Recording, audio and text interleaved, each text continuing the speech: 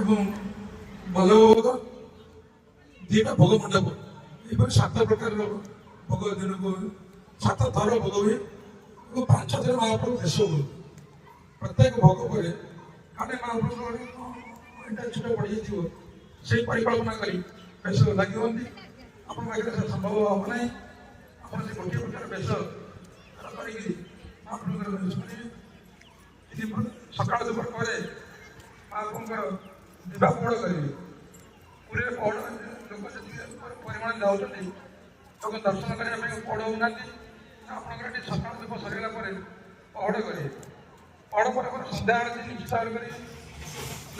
ମଙ୍ଗଳ ଆଳତି ଜଳ ମଙ୍ଗଳ ଆଳତି ସକାଳ ମଙ୍ଗଳ ଆଳତି କୁହାଯାଏ। ସନ୍ଧ୍ୟା ଆଳତି ମଧ୍ୟ କୁହାଯାଏ। ସନ୍ଧ୍ୟା ଆଳତି ନିଶ୍ଚିତ ଭାବରେ ମହାପ୍ରଭୁ କରିବେ। ତାପରେ ସନ୍ଧ୍ୟା ଧୂପ କରିବେ। ସନ୍ଧ୍ୟା ଧୂପ ଯାହା ଲଗାଉଛନ୍ତି ସେସବୁ ଲଗାଇକି ମହାପ୍ରଭୁ କରିପାରିବେ।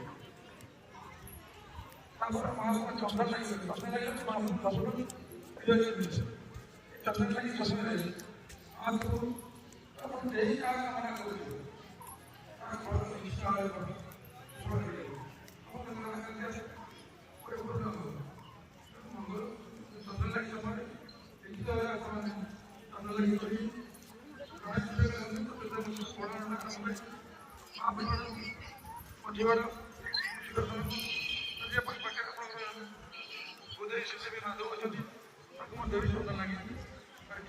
ବଡ଼ ସିଂହାର ବେଶ ବଡ଼ ସିଂହାର ବେଶ ପରେ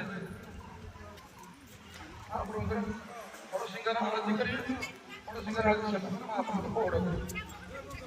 ଏମିତି ଦୈନନ୍ଦିନ ନୀତି ସାମରିକ ନୀତି ମଧ୍ୟରେ ଆପଣ ଦେଖୁଛନ୍ତି ମନ କଲା କେମିତି ଆପଣମାନଙ୍କ କରିବେ।